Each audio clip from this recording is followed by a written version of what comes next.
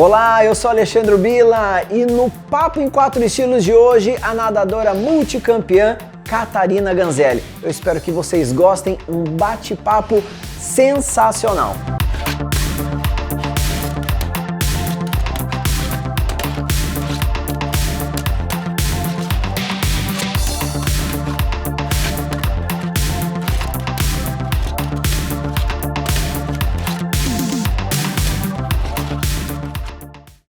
Pessoal, então olha só, quem está aqui conosco hoje é a Catarina Ganzelli. Olha só que legal, hein?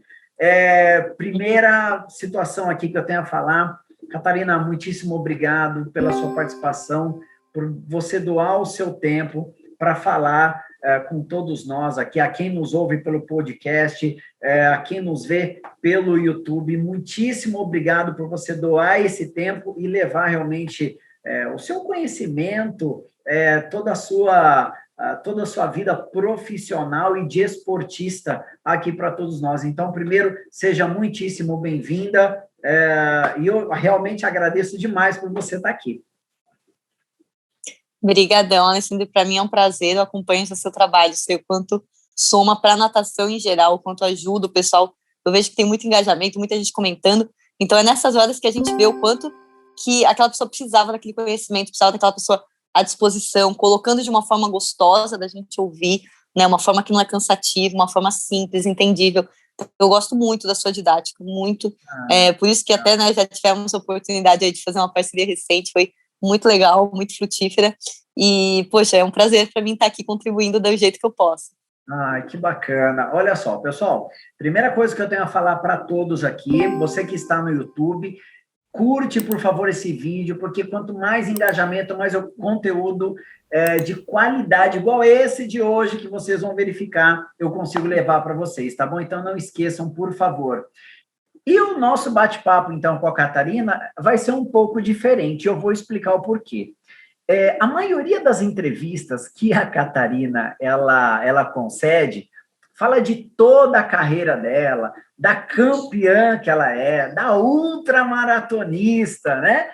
E aí eu pedi uma biografia para a Catarina e me chamou demais a atenção, mas demais a atenção, e não era nem esse foco para a gente bater o papo hoje, mas que muitas vezes, diante de uma grande atleta que você aparece, né, algumas questões, né, alguns itens que me chamam muito a atenção, né? E aí, pessoal, a Catarina escreveu assim, ó.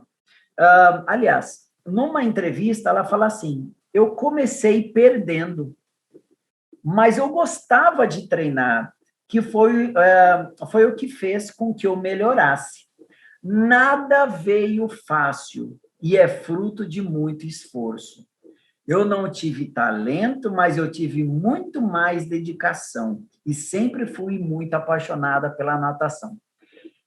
Eu vou ser bem claro, Catarina, isso foi assim de uma coisa tão bacana, porque muitas vezes a gente ouve muitos nadadores e atletas falando, não, porque houve o esforço e tal, e é legal, tudo tem um mérito, e me chamou muita atenção isso, e como tudo aconteceu, né? Então, na biografia da Catarina, pessoal, ela fala assim, ó, que ela teve um afogamento com 3 anos de idade. Olha, gente, Começou difícil. Começou difícil já. Nossa, é muito louco, sabe? Então, assim, a ultramaratonista, a multicampeã, ela passou por esse processo. Então, assim, eu acredito que poucas pessoas sabem disso. Mas como que foi isso, Catarina? Como que iniciou todo esse processo? Sim, eu estava em uma aula de natação para criança, né? Numa academia em Campinas, próximo da onde eu morava. Os meus pais, eles frisavam muito que eu aprendesse a nadar por uma questão de desfrutar das experiências, das viagens, dos passeios e segurança, claro. Então, a gente é muito churrasco que tem piscina, viagem para praia, às vezes o pai não olha, afogar é um segundo. Então, assim, era por uma questão de segurança mesmo. E eu comecei a fazer entre 2 e 3 anos de idade, e chegou um momento, eu lembro, curiosamente, eu lembro do pré-acontecimento, depois eu não lembro direito. mas que chegou um momento que eu tinha que dar um impulso da borda, né, a professora pedindo e tal. Okay. E eu tava morrendo de medo. Então, tá louco, vou soltar a borda, né? A piscina que a gente fazia, que era mais rasinha, tava em manutenção, levou as crianças para uma um pouco mais funda. Com certeza não devia ser muito funda, mas para mim era absurdo. E a gente tinha até aquele corrimão, né, dentro, que é igual uma piscina adaptada para hidroginástica mesmo. A gente ficava segurando ali. Então, a gente ia dar um impulso, a professora pegava e voltava, normal, assim, né? Eu já tive a oportunidade até de, como, né, estagiária, dar aula para criança, e muito comum. E aí eu tava com medo, eu falei, você vai estar comigo e tal. E ela, eu vou.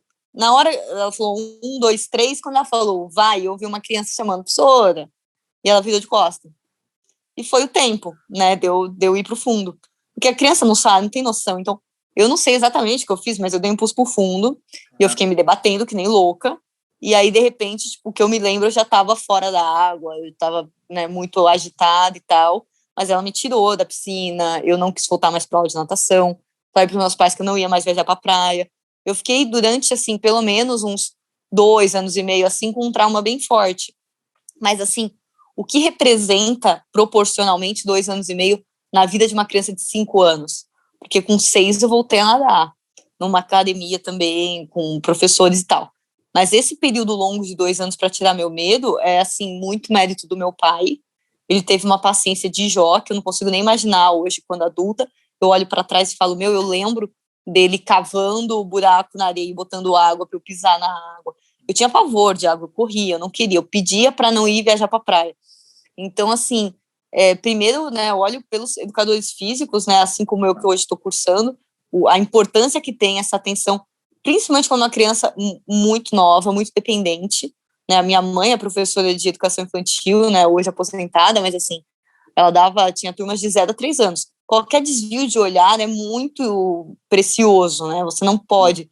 Então, eu olhei por esse lado, eu olhei pelo lado de como a gente pode desconstruir um trauma, que tem que ter muita dedicação, muito tempo, do esforço que meu pai, né, fez para mim, e o como uma coisa pode se transformar tão contraditório, assim, o pavor que eu tinha e o amor que eu tenho hoje. É muito 880, é muito forte, assim. Então, eu aprendi, esse início foi muito forte para mim, assim, acho que a primeira passagem da minha vida que realmente tem um impacto surreal até hoje. Bacana, olha só, mais uma vez, quando eu li essa sua biografia e falou, poxa, me afoguei e tal, eu falei, cara, olha só, né, a multicampeã de natação passou por esse trauma e passou, é óbvio, não vou falar que passou super bem, né, mas houve etapas, né, e o trabalho realmente, né, como você falou, dos seus pais realmente foram extremamente importantes. E tem uma outra passagem da sua biografia que fala assim, ó, que em 2008 você viajava 120 quilômetros. Aliás, antes de eu falar disso, é importante ressaltar que muitas vezes as pessoas acabam reclamando, né? Falar, não, é muito longe. Mas eu vou ter que ir até lá, vai demorar muito. Catarina, em 2008, ela viajava 120 quilômetros por dia, ida e volta para treinar aqui em Limeira, não é isso? Gente, você está de brincadeira, né, Catarina? Nossa, era 60 para ir, 60 para voltar. E aí eu vejo o quanto que um momento difícil na nossa história, na nossa passagem, ele nos impulsiona e a gente não entende como na hora. Porque em 2007, já fazia alguns anos que eu não melhorava meus tempos de piscina, né? Eu já estava nadando federada, já tinha conseguido títulos paulista quando eu era Petis 2 com 12 anos de idade. Okay. E do Petis 2 até o Juvenil 2, mentira, até o Infantil 2, eu não estava baixando o tempo. E é uma fase que a criança desenvolve muito, então eu via todo mundo abaixar o tempo. E eu não baixava, eu ficava, meu Deus. Mas eu me lembro de no Petis 2 nadar 9 quilômetros em uma sessão. Foi realmente um overtraining, abusaram demais do meu treinamento no começo. Eu sou super sem freio, o que mandar eu faço. Mas assim, com 9, 10 anos de idade, 12, né, até o Petis 2 lá, a responsabilidade não é da criança. quem passou que é responsável. Tipo, é lógico que eu ia fazer tudo que me mandavam. É lógico que eu ia pedir mais, a minha vontade. Mas ali eu ainda não tinha consciência suficiente para tomar boas escolhas. Né? Eu jogo muito essa responsabilidade pro lado do instrutor, que por sinal eu adoro, era muito bom, assim, foi o Júlio Zanandré que formou minha natação lá em Campinas, sou muito grata a ele. Hoje, infelizmente, não tenho mais tanto contato, mas depois desse período, eu já não queria mais nadar, porque eu não aguentava mais o choque de ir para uma competição, passar o nervosismo, ficar a noite sem dormir e tal, e não abaixar no tempo, né? Chegou o ponto que eu não estava mais preocupada com colocação, que também era um constrangimento muito grande para aquela criança, que chegava com o tempo de balizamento numa raia 4 de um brasileiro e fechava a série, aumentava 40 segundos em 800 livre, que era uma prova que eu já tinha sido vice-campeã paulista. Então, foi muito duro para mim, até a questão de, no Petis 2, que eu estava nadando muito bem, eu tentei ir no Brasileiro de Infantil 1, fiz rifa e tal, e não juntei dinheiro, não fui. E no Infantil 1 eu comecei a nadar mal. Então, eu falei, pô, passou meu tempo de natação, isso com 13 anos de idade, já estava vendo, minha vida acabou, né? E, e eu sei que depois, é muito, né, adolescente, né, pré-adolescência. Como que o universo ele dá a volta, né, Catarina? Exatamente. E aí, quando eu quis parar de nadar, eu comecei a nadar maratona aquática de uma forma, assim, incrível. O padrasto do Henrique Martins me sugeriu fazer uma prova no Wet on Island, e eu só falei de maratona porque esse mesmo técnico, Júlio Zanandré, me deu um livro que ele mesmo não tinha lido. Ele falou assim, eu sei que é uma menina que escreve diários, e eu sei que você escreve diários. No fundo, era uma fundista, era uma nadadora, Renata Gondi, que faleceu tentando atravessar o Canal da Mancha. E eu li a história e os diários dela, e eu falei, eu tenho que fazer esse negócio. E aí, na época, eu não falava inglês, minha psicóloga mandou um e-mail para a organização lá do Canal da Mancha. Aí eu vi, né, os custos, falei, não tem como eu fazer, mas eu quero nadar uma maratona. Aí esse pai de amigo me instruiu ali para ir no Wet on Island, que era muito perto de casa, e eu fui e me apaixonei. Fiz o ano inteiro de circuito de maratonas aquáticas, que era chancelado pela Federação Paulista na época, do Igor de Souza, que hoje é meu grande amigo e padrinho de casamento. E ele começou a me pilhar também para fazer mais maratonas. Certo. Mas, assim, o clube que eu nadava, eu tinha que ir sozinha com os meus pais. O meu clube não ia para maratona aquática. E eu encontrava muito pessoal de Limeira. E eu criei criei um vínculo, um afeto com a galerinha ali de Limeira, tanto técnico, a equipe, tudo. Eu falei, adoraria treinar lá, mas é 60 quilômetros da minha casa, né? Tipo, era 60 para ir, 60 para voltar. Minha mãe levava, cogitei de ônibus, acabou. Às vezes eu ia, mas não deu muito certo de ônibus. Minha mãe me levou, ela mudou a vida dela, assim, metade. Meus pais foram determinantes, assim, na minha vida inteira e são até hoje, né? Isso eu não escondo para ninguém. Eu sou filha única e assim, o tanto que eles doaram para mim é o que mais me questiona se um dia eu vou querer ser mãe, porque eu falo, eu não aguento o trampo. Tipo, eu vejo o que eles fizeram por mim. E aí eu sei que eu comecei a viajar. Certo. E minha natação de piscina evoluiu muito. No segundo ano que eu estava em Limeira, fazendo esse trajeto todos os dias, eu peguei minha primeira medalha de brasileiro de categoria, foi na prova de 400 medley, nem foi nas provas que antes eu estava fazendo de fundo. Peguei minha primeira seleção brasileira de 10 quilômetros, também em 2009, nos Jogos Sul-Americanos de Praia. Foi a primeira edição dessa competição. Inclusive, viajei com o Gabriel Medina, na época ele era tipo um Zé Ninguém do surf, reserva aqui. Sim. Muito engraçado eu ver depois, anos depois, ver na TV, falei, meu Deus, não acredito. E eu sei que essa passagem de Limeira, ela me ensinou muito, assim, o quanto a conexão humana, às vezes, conta mais do que a qualidade do treinamento, a estrutura do treinamento. Porque em Limeira não tinha uma estrutura melhor que Campinas. O técnico não era melhor ou pior, mas ele acreditava em mim e eu acreditava no trabalho dele. Então, quando a gente confia, né, uma coisa... Nossa, hoje eu converso muito com o Patrick, que é meu noivo, né, que também foi nadador, então a gente tem uma conversa muito ampla. Ele fala, Campinas é uma cidade imensa, tem uma grande qualidade de natação, e você foi para Limeira, você é louca. Eu falei, mas eu acreditava, eu queria aquele trabalho para mim, eu queria fazer. Então, a sua vontade de fazer, o que te dá o motivo de fazer, que é acreditar naquilo, faz mais diferença do que muita estrutura, mais diferença do que muito título, nome, né? Que às vezes a pessoa fala, o melhor clube do Brasil, não sei o quê. O que eu evoluí ali em Limeira não tem preço na minha natação, tanto de piscina quanto águas abertas. e aí foi que a Unisanta me fez o convite depois desse primeiro pódio brasileiro e primeira seleção de maratona. Eu ganhei o convite para ir para Santos, aí eu acabei indo. Olha, isso é tão legal, assim, eu fico até sem palavras, pelo fato de que, mais uma vez, um outro lado, né, que pelo menos eu conheço, eu sei que muitos também que estão nos ouvindo e vendo, não conhecem, né? Porque eu acredito que muitas perguntas são feitas para você, e eu acredito que também não estão erradas, né? Muito pelo contrário, em relação a treino, em relação à performance, em relação ao condicionamento, em relação a conquistas, em relação a uma diversidade de fatores. Porém, esse lado que você está comentando, eu acredito que serve tanto para os dias atuais, que não é que está sendo deixado de lado, mas você tocou num ponto extremamente importante. Não é estrutura, não é o treino, não é o lado humano, é o fato de acreditar. E isso é tão forte, Catarina, mas tão forte, porque, no meu ponto de vista, né, eu dei muita aula para criança, e eu lembro muitas vezes que o pai, uma vez ele veio falar comigo, ele falou, professor, posso falar com você? Pois não. Ele falou, olha, eu só queria agradecer o apoio que você deu ao meu filho.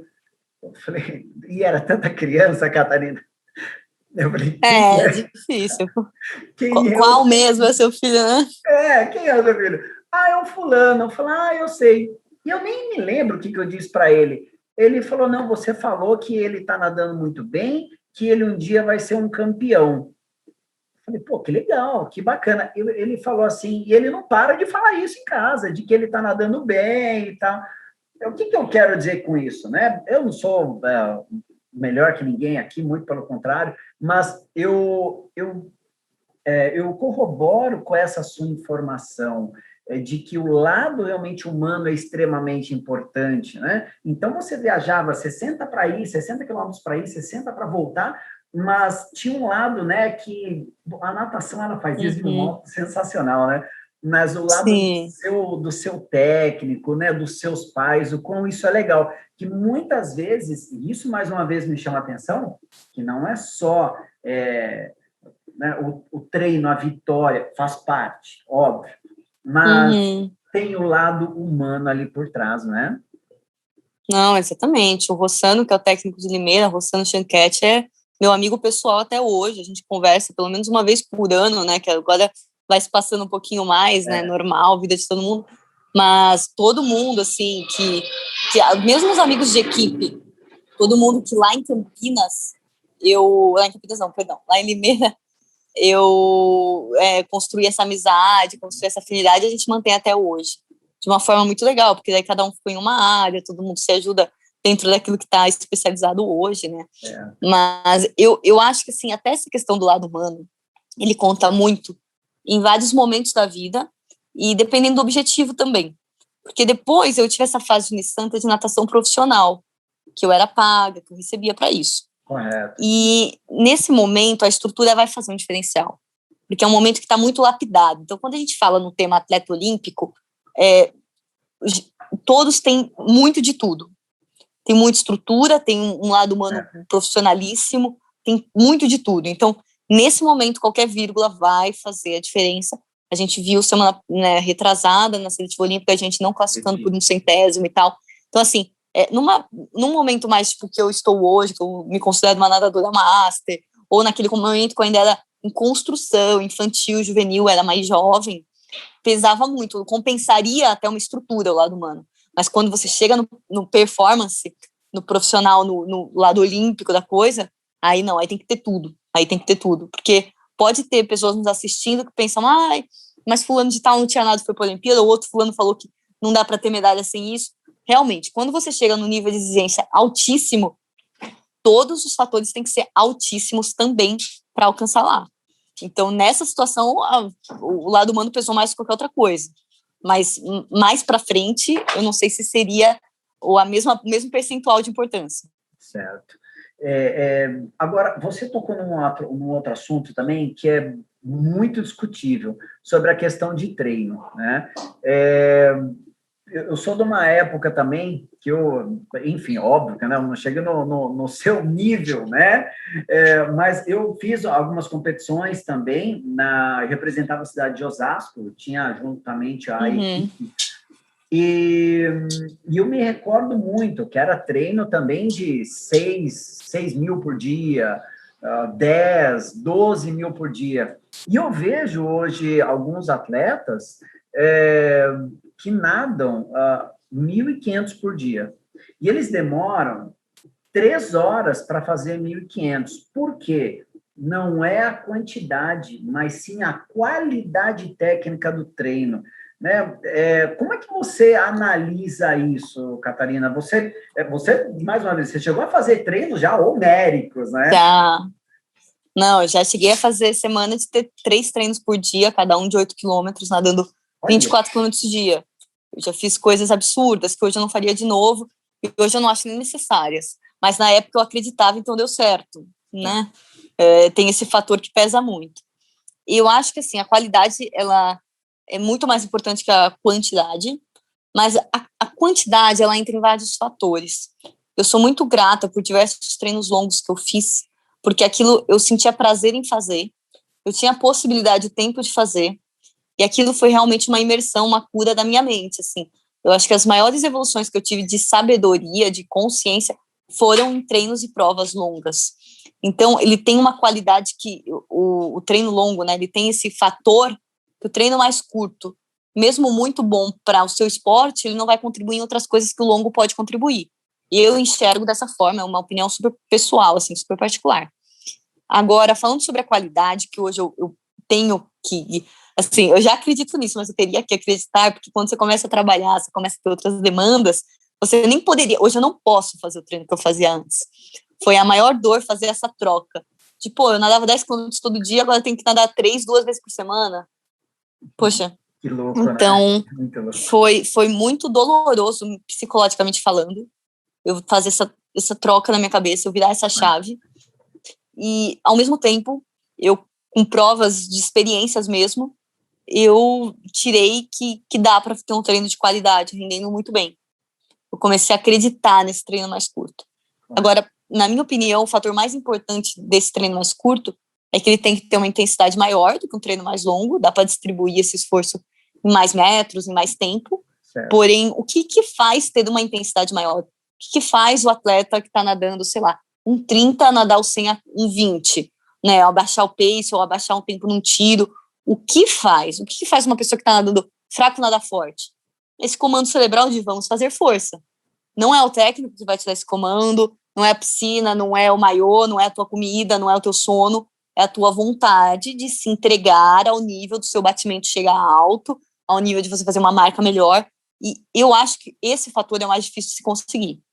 Despertar a vontade de chegar na intensidade que você precisa chegar para o treino ter qualidade, mesmo curto. Então, eu tento trabalhar hoje em quais são esses fatores. E até, abrindo um pouco até para uma vida meio pessoal, que pode influenciar outras pessoas que estão nos assistindo aí, eu comentei com você antes da gente marcar que recentemente eu fiz uma cirurgia plástica, né? Então, isso foi um motivo também determinante dessas questões de fazer força, né? Com a pandemia, a gente não tem muitas competições em vista, e eu não estava conseguindo ter a regularidade no treino que eu queria ter, e mesmo que eu quisesse fazer um treino, sei lá, para emagrecer, pelo amor de Deus, eu já sou magra, mas eu tenho essas ambições de querer ser mais e tal, eu tinha que fazer muita força e eu não tinha aquela motivação. E aí me deu uns 5 minutos de, eu não preciso ter essa, como posso dizer, essa obrigatoriedade de ter essa motivação além de fazer força. Okay. Uma coisa que muda muito, que infelizmente a gente está restrito também, é o grupo, é o treino em grupo, tipo, você desafiando seu colega. Eu nadei com adversárias a vida inteira, isso era muito bom, muito positivo, para eu aumentar o nível de intensidade. Hoje, infelizmente, está muito difícil ter treino em grupo, por conta da nossa condição. Está difícil ter treino em grupo, está difícil ter competição. Então eu vou pôr um objetivo pessoal. Eu já fiz isso diversas vezes, eu consigo fazer. Mas nessa fase, nesse cenário da minha vida, eu não estava conseguindo. Eu falei, eu vou treinar pouco e com baixa intensidade. Para quê? Né? E tem outras coisas que eu precisaria parar de treinar que eu também gostaria de fazer. É o momento ideal. Porque logo mais tendo competições, eu vou querer treinar forte, eu vou ter essa motivação que fará o meu treino, mesmo curto, ter qualidade. Então, eu sinto que eu encaixei no momento certo, né? Eu olhei todos os fatores, refleti muito, né? Estou até abrindo um pouco do meu planejamento para fazer uma pausa. E realmente, o motivo de você fazer força a cada treino é fundamental. Quando mais jovem, eu não precisava de tantos motivos. Quando mais velho, cansado, com outras preocupações, você tem que ter, é como se fosse uma força mental maior. Porque eu não dedicava a força mental que eu dedicava no trabalho, eu não dedicava a mesma força mental para finanças pessoais, assim, tipo, era uma exigência muito menor da Catarina, então era fácil me obrigar a fazer força. Agora, quando você está cansado no final do dia, com 30 problemas que são prioridades, que tem a ver com a sua sobrevivência, com necessidades básicas, você tem que fazer uma puta força mental para fazer força no treino, não vai, às vezes não vai, às vezes vai.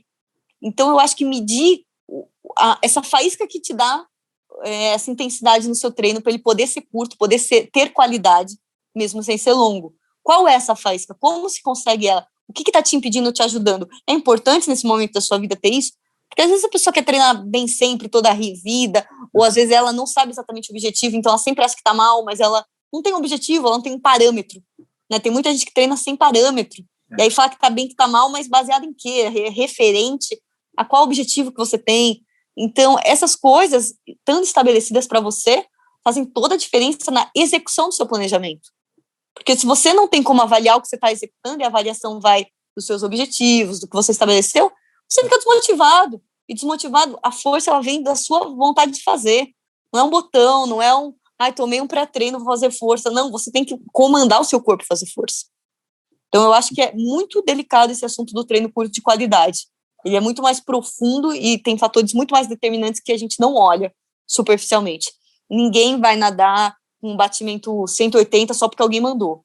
Ela vai ter que se obrigar a chegar. E o que faz ela se obrigar a chegar? Eu acho que esse é o grande segredo para um treino de qualidade curto, que é o que se adapta à minha nova vida de master, de trabalhadora hoje. Olha, essa é uma opinião de extrema relevância, de extrema importância, vindo justamente de você, que é uma multicampeã, uma vez que eu escuto alguns nadadores ainda comentarem, né? Poxa, é muito difícil, né? Ter esse processo, né? Chegar lá na frente, e óbvio que não é fácil mesmo, já me vem à cabeça, diante do que você já falou, desde os 3 anos de idade até agora, as dificuldades sendo físicas, as lesões, as questões financeiras, uma série de outros fatores, mas principalmente esse lado psicológico. Eu adoro esse lado da psicologia, eu acho extremamente importante, e o que você está abordando hoje aqui, né, falando sobre treinos mais curtos, treinos mais longos, que a própria pessoa, o próprio nadador, a nadadora, ou até para quem está nos vendo, né, que é de uma outra modalidade, tem essa consciência de que, será que o objetivo na qual ela quer, será que é concreto? Ou até como você falou, Catarina, às vezes é só um parâmetro, né? Eu tenho um parâmetro, mas o objetivo é completamente diferente, né? Então, eu acho que isso é muito significativo. Muito significativo. Não, e a pessoa tem que se questionar muito se aquele objetivo realmente faz sentido para ela. Porque às vezes a pessoa está indo buscar porque todo mundo busca. Eu sei que virou uma febre, por exemplo, fazer um Ironman, ir para Kona. Mas é muito importante a pessoa olhar para si e falar, eu vou ter que dar uma entrega muito grande de tempo, de dinheiro, vou ter que abdicar de várias coisas, eu podia estar vendo Netflix. O mais importante é a pessoa ter noção que ela tem liberdade, que ela tem livre-arbítrio. E dentro do livre-arbítrio dela, ela faz o que ela quer com o tempo e o dinheiro dela. Não pode ser uma obrigação, tem que ser uma escolha na minha cabeça, esse tipo de coisa. Muita coisa na nossa vida já é obrigação. Eu sinto que não tem que ser uma obrigação, tem que ser uma escolha. Então, é uma obrigação trabalhar e pagar as contas. O com que vou trabalhar, aí já existe um certo nível de liberdade, que eu considero que não é pleno. Tem gente que não tem tanta oportunidade, tem gente que tem mais. Mas agora, os objetivos esportivos da pessoa, em qual modalidade que for, é completamente escolha. Aí não tem desculpa. Então a pessoa pode dizer, vou ter que acordar às 4 da manhã, ninguém te obrigou. Né? Muitos até estão pagando para isso. Estão pagando. Então, eu acho um absurdo pessoas que se sentem obrigadas a chegar a um objetivo, que sofrem para chegar numa coisa que elas escolheram e querem, sabe? Isso eu acho um absurdo. A gente sofre, às vezes, tipo assim, ai, eu não queria hoje ir no médico, mas tem que ir, eu não queria, sei lá, tem obrigações que são obrigações. Agora, o esporte na nossa vida, a atividade física, eu acho que ela tem uma obrigação de saúde, mas você criar um objetivo de treinamento não é uma obrigação, não é uma obrigação. Você tá todo dia fazendo uma academia, uma caminhada, qualquer coisa, isso eu acho que é uma obrigação em questão de saúde básica, necessidade básica, mas você ter que acordar muito cedo, você ter que fazer muita força, você está pagando para isso. A maioria das pessoas, assim, tirando atletas, e mesmo os atletas olímpicos, eles podiam fazer qualquer coisa na vida deles. Eu fui atleta de performance, eu podia ter parado de trabalhar mais cedo, eu podia ter feito outros cursos de faculdade, eu podia ter feito outra... Era uma escolha estar ali, eu não era refém daquela situação. Então eu fico chateada quando eu vejo vitimizações, assim, nesse sentido de coisas que a pessoa escolheu, e ela não enxergar aquela que escolheu. Então, por esse motivo, se perguntar se o seu objetivo, se a sua rotina faz sentido para você, o para que eu quero isso, por que eu quero isso, a resposta tem que ser para me fazer feliz, meu. Porque tem muita coisa que é... por que eu pago os boletos? Porque eu tenho que pagar, mas assim, por que eu vou acordar 4 da manhã para treinar? Porque eu quero. Não é uma dor, uma coisa que é liberdade não pode ser sofrida. Não digo que é fácil. Fácil e difícil é outro fator, outra qualidade ali. Mas não pode ser uma obrigação. Por isso eu acho que é muito importante todo mundo revisar sempre os seus objetivos. E é muito legal também quando a gente começa a criar consciência do preço que se paga, né? Que não é um dia, é um período, é uma constância, né? A constância que traz resultado. A frequência de você repetir aquela rotina várias vezes vai trazer um resultado. Aí, às vezes, a pessoa fala assim, eu quero atravessar o Canal da Mancha. Putz, mas eu não quero treinar 3 horas por dia, eu nem posso. Tem tantos objetivos tão legais quanto o Canal da Mancha que ela pode adaptar. Às vezes ela vê que tem um Gibraltar, que é 14 quilômetros, que não é o mesmo sofrimento, até a temperatura é mais quente, não é o mesmo sofrimento do Canal da Mancha. Pô, eu vou atravessar de um continente ao outro, eu vou pôr uma foto lá no meu quarto, eu vou contar para minha família, ao invés de treinar 3, eu vou treinar 2, que já é muito, mas não é sofrido para mim. Então, readequar os objetivos, olhando o preço que é pago por eles, olhando o que cada um custa de tempo, de dinheiro, de força, de esforço físico, porque objetivos, gente, tem milhares, alternativas tem milhares. Então, não tem uma só. Eu acho que muitas vezes a pessoa escolhe um objetivo sem ver o preço, depois fica reclamando. Eu tive que acordar cedo, eu tive que treinar 1000 horas. Tipo, você pode treinar menos horas e acordar mais tarde, fazer uma coisa tão legal, melhor para você. Sim. Eu acho que esse momento de ver o sentido das coisas para si tem que ser muito bem planejado. Que aí é uma parte 100% psicológica e 100% pessoal. Eu acho que aí acompanhamento ajuda, sim. Tem muito profissional que faz trabalho só para isso. Hoje temos muito coach no mercado que também, demais, tem terapia, até demais. Tem muito... eu tive psicóloga a vida inteira, né? Hoje eu não tenho, mas eu tive muitos terapeutas de terapias holísticas. Então, assim, gente que ajuda você ver se o objetivo faz sentido para você, mostrar as possibilidades, as oportunidades, escolher o objetivo, não falta. Tem umas 10 especializações profissionais aí, com um monte de profissional no mercado que está aí para te ajudar. Mas dá para fazer sozinho, Hoje eu já faço sozinha. Né? Fiz muitos anos com acompanhamento, sou grata, foi importante na minha criação, mas hoje eu me viro bem até nessa parte. Olha, uma lição para o esporte, uma lição para a vida, né? Esse é o nosso bate-papo. Eu queria demais, Catarina, demais, que esse outro lado realmente seu, ele fosse colocado, né? Dessa maneira. Todos nós sabemos aqui da campeã que você é, mas eu acho que acredito que são palavras como essa que muitos que estão nos vendo e nos ouvindo estão precisando. Você pode ter certeza disso, porque isso é uma lição para a vida. Isso é sensacional.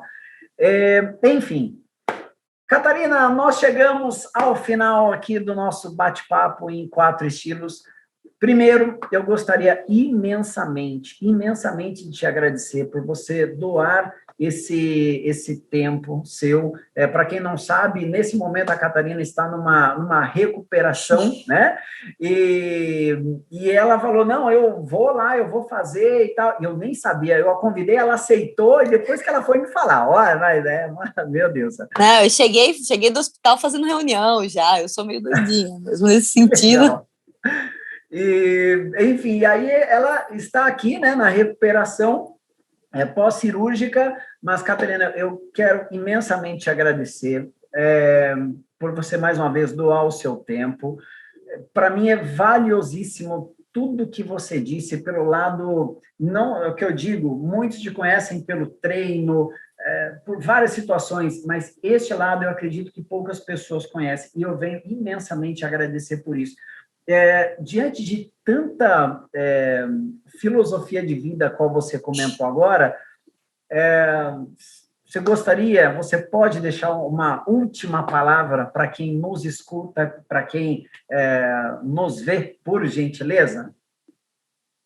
Com certeza. Eu acho que primeiro agradecer todo esse carinho que você tem pelo esporte, pela nossa história, porque você que está entrevistando um monte de gente, por esse outro lado que muitas pessoas não valorizam, que a gente cada dia mais vai trazendo consciência do quão importante ele é, né, por todo o trabalho técnico também, como eu falei, da didática que eu adoro ver, a forma como você expõe a informação ali, que ajuda tantas pessoas. E o que eu deixaria para quem está nos ouvindo é começar a olhar para dentro cada vez mais, quando puder, né, quando tiver com vontade, ninguém é obrigado a nada, mas ver o que faz feliz. Tipo, nadar me faz muito feliz. Nadar me trouxe amigos, nadar me trouxe trabalho, nadar me trouxe mais união com a minha família, nadar me trouxe minha nova família, que eu começo a construir agora. Então, o que faz você feliz, né? Eu acho que cada um perguntar para si o que se faz feliz. Porque quando a pessoa sabe essa resposta e usa ela como norte para todas as escolhas da vida, fica menos sofrido. Mesmo quando é difícil, é um desafio gostoso que você se sente recompensado quando alcança.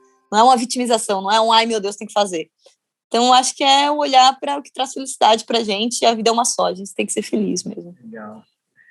Catarina Ganzelli, olha aí, ó, que bacana. Pessoal, encerrou esse bate-papo, muitíssimo obrigado. Nos vemos na semana que vem em novo bate-papo em 4 estilos, tá bom? Um abraço a todos vocês. Catarina, mais uma vez, muito obrigado. Um beijo. Muito obrigada. Isso aí também. Eu que agradeço, imagina. Tchau, tchau, gente. Valeu.